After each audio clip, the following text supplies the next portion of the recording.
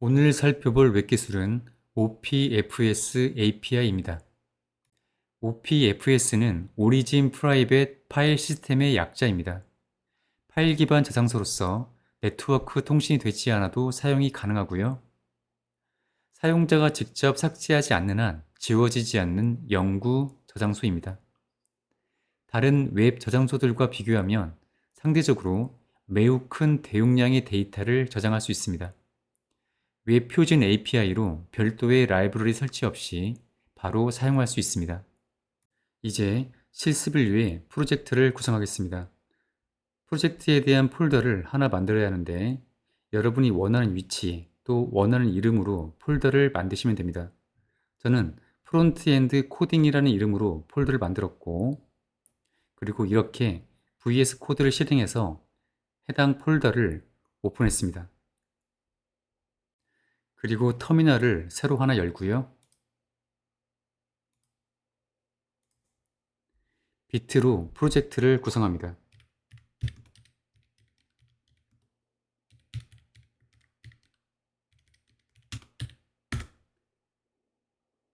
패키지 이름은 이 폴더 이름과 동일하게 하기 위해서 여기서 엔터를 입력하고요.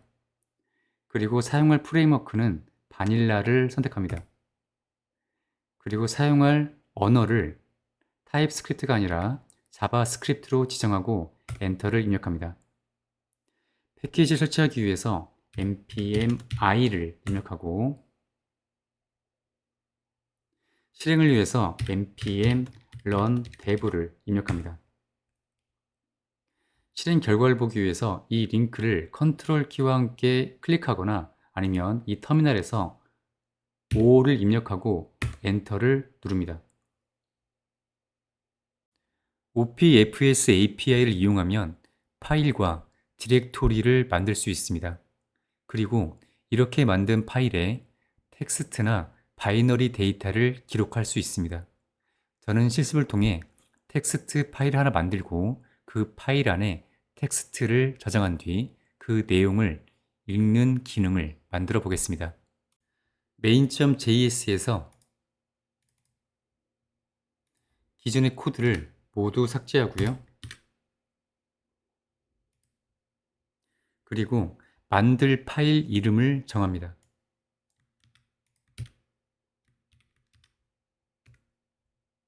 이 파일에 저장할 내용도 정합니다.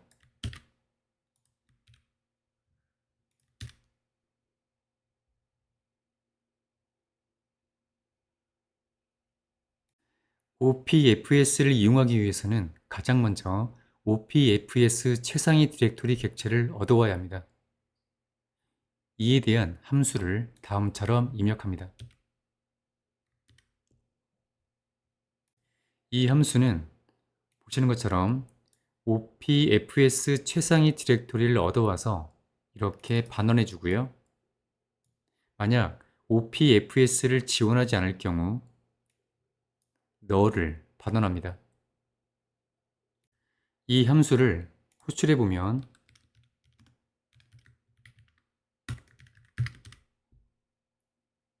보시는 것처럼 OPFS 최상위 디렉토리를 잘 얻어오는 것을 확인할 수 있습니다. 이제 파일을 생성하는 함수를 작성하겠습니다. 가장 먼저 OPFS 최상위 디렉토리를 가져오는 코드를 다음처럼 작성하고요. 이 값이 null이면 OPFS 기능을 이용할 수 없으므로 이 함수를 종료합니다. 예외 처리를 위해서 try catch문을 추가하고요. 그리고 파일을 생성합니다. 이 getFile 핸들러 메서드의 두 번째 인자로 넘기는 이 객체에 create 값을 이렇게 true로 주면 해당 파일이 없을 경우 생성하고 생성된 파일의 핸들을 반원하고요. 만약 해당 파일이 이미 존재한다면 기존 파일에 대한 핸들을 반원합니다. 이 객체를 콘솔에 출력합니다.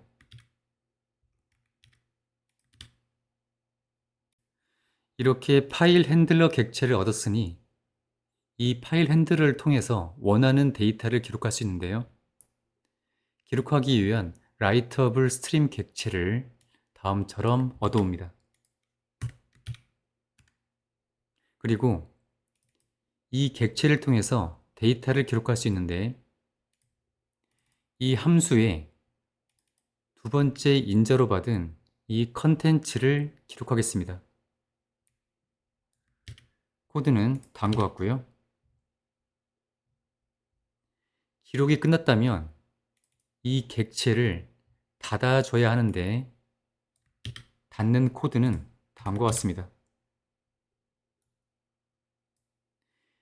이 코드까지 실행되었다면 파일의 내용을 성공적으로 기록한 것입니다.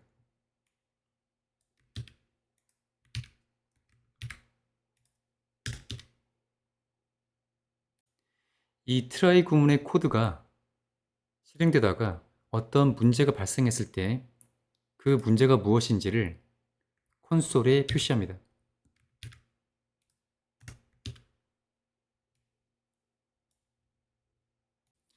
이 함수를 테스트해보면 첫 번째 인자는 만들 파일의 이름이고요. 그리고 두 번째 인자는 파일에 기록할 데이터입니다. 저장하고 실행 결과를 보면 보시는 것처럼 콘솔에 파일을 만들고 그 파일의 내용을 성공적으로 기록했다라는 메시지가 표시된 것을 확인할 수 있습니다.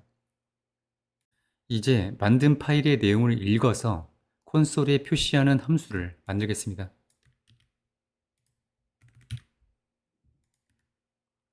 가장 먼저 opfs 최상위 디렉토리 객체를 얻어옵니다.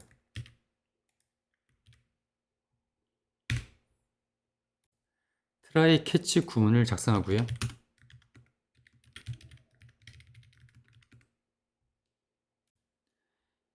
이 파일 이름에 대한 파일 핸들을 가져옵니다.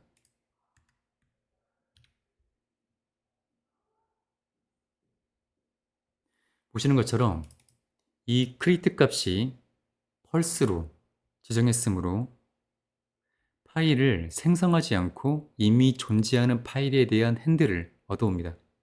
만약 이 파일 이름에 대한 파일이 없다면 예외가 발생할 것입니다. 이 코드가 성공적으로 실행되었다면 다음과 같은 메시지를 콘솔에 표시합니다. 파일 내용을 읽기 위해서 파일 객체를 얻어옵니다. 그리고 파일의 내용을 읽습니다.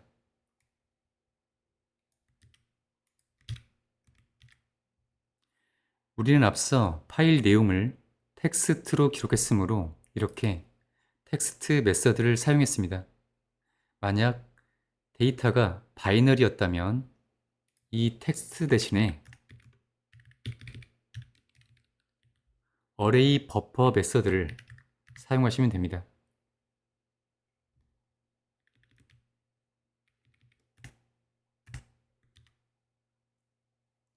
읽은 내용을 콘솔에 표시합니다. 이 try 구문의 코드가 실행되다가 어떤 에러가 발생하면 해당 에러의 내용을 콘솔에 표시하는 코드를 다음처럼 입력합니다. 이 함수를 실행해 보면 읽는 파일의 이름은 이 녀석이고요. 실행 결과를 보시면 맨 마지막에 이렇게 파일의 내용을 읽어서 출력하고 있는 것을 확인할 수 있습니다. 만약 파일을 생성하고 내용을 저장하는 이 코드를 이렇게 제거하고 다시 실행해 보면 문제없이 파일 내용을 읽어오는데요. 이렇게 될 수 있는 이유는 이전에 저장된 파일이 여전히 남아있기 때문입니다. 파일을 삭제하는 기능도 살펴보겠습니다. 파일을 삭제한 함수를 다음처럼 작성합니다. 먼저 OPFS 최상위 디렉토리를 얻어오고 try catch 구문을 작성합니다. 파일을 삭제할 때는 파일명을 인자로 해서 이렇게 remove entry 메서드를 호출하면 됩니다.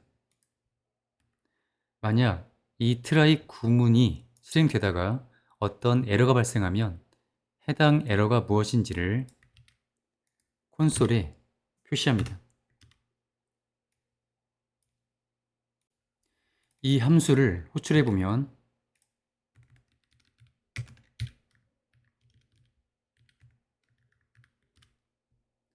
실행 결과를 보면 이렇게 파일이 성공적으로 제거되었다라고 나오고요. 실제로 해당 파일은 OPFS 저장소에서 삭제됩니다. 여기서 제가 이 페이지 업데이트를 실행하면 보시는 것처럼 이렇게 파일 읽기에서 오류가 발생하는데요. 그 이유는 이미 이 delete 파일 함수가 실행돼서 해당 파일이 삭제되었기 때문입니다. 참고로 OPFS 저장소에 얼마만큼의 데이터가 저장되었는지 확인이 가능한데요. 웹브라우저의 개발자 도구에서 이 애플리케이션을 클릭하고 다시 이 저장 용량을 클릭해 보면 이러한 파이 차트를 볼 수 있습니다. 현재 0바이트라고 표시되고 있는데요.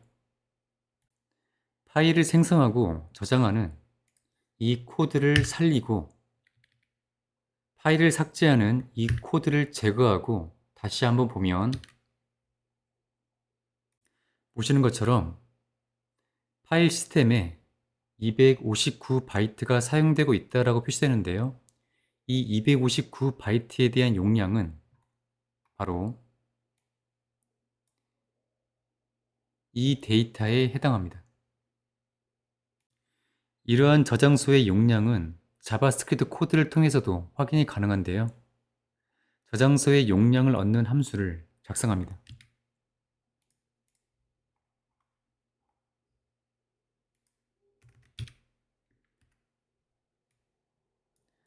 그리고 try catch 구문을 작성하고요.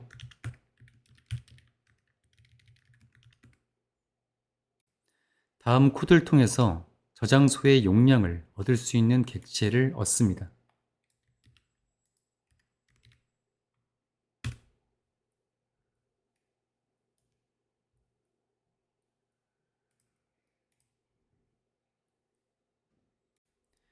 이 객체를 통해서 OPFS에 저장된 데이터 용량을 다음처럼 얻을 수 있습니다.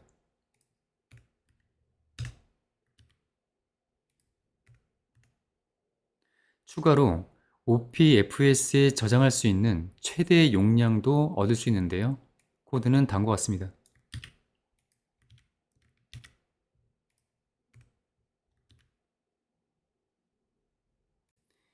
이 try 문이 실행될 때 어떤 에러가 발생하면 해당 에러에 대한 내용을 콘솔에 표시하는 코드를 이렇게 작성합니다. 이제 이 함수를 실행해 보면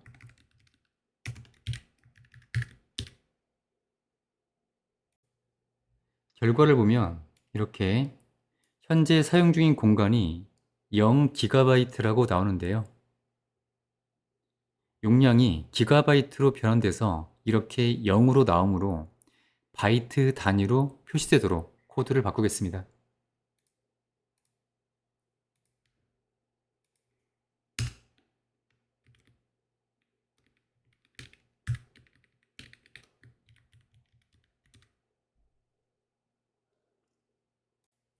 다시 확인해 보면 현재 사용 중인 공간은 259바이트이고요. 그리고 사용할 수 있는 총 저장 공간은 285.29GB입니다. 지금까지 OPFS API에 대한 주요 코드를 살펴보았는데요. OPFS에 대해 추가로 알아둬야 할 내용이 있습니다. 바로 OPFS는 출처 기반 격리 저장소라는 점입니다.